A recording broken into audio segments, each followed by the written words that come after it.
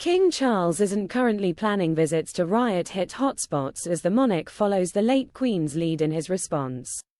Royal sources have said Charles is being kept updated daily about the disorder which has plagued streets in England and Northern Ireland since 3 girls were fatally stabbed in Southport, Merseyside. The Labour government leads the response to the unrest, with Charles expected as monarch to stay out of politics.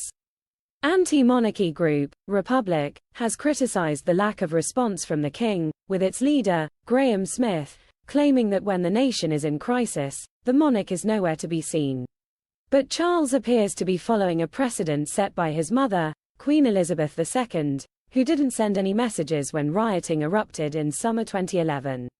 The Daily Mail's former royal correspondent, Richard Kay, said the late Queen had been receiving updates about developments at that time. He reported that plans were being put in place for an appropriate royal response to those riots, which came a few months before Her late Majesty's Diamond Jubilee in the London 2012 Olympic Games. Mr. Kay suggested that response would most likely come in the form of a high-profile visit by a senior royal to communities affected by the violence.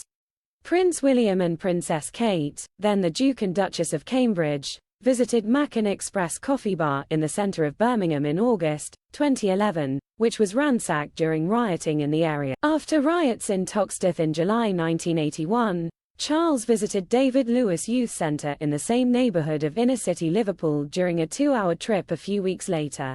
Charles did express grief and concern after the fatal stabbings in Southport, but to date he hasn't addressed the rioting or anti-immigration protests which have erupted since. Historian and author, Sir Anthony Selden, defended King Charles, telling the BBC now is not the time for the monarch to get involved. He told the broadcaster, "The time for the king to speak, if at all, is when everything has calmed down again. The issues that have led to the riots are not going to go away quickly.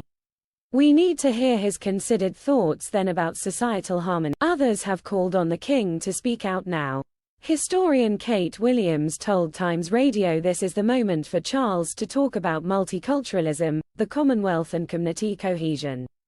She told the station, "I think that if I were advising him I would suggest making that statement sooner rather than later." Craig Prescott, a constitutional expert at Royal Holloway, University of London, said in general, the monarchy does not comment on current political events. He wrote on X, "It chiefly acts through its work," i.e. Charles visited Tottenham several times after the 2011 riots, and was praised for that. Mr. Prescott added that in a slightly different way, the late Queen visited those injured in the Manchester Arena bombing, describing the bomber as very wicked. The expert said, "Once the riots have subsided, you might expect members of the royal family to visit places affected and perhaps to see them more in multicultural settings. We've perhaps already seen this a little more in this reign. Not that Elizabeth II didn't do engagements like this.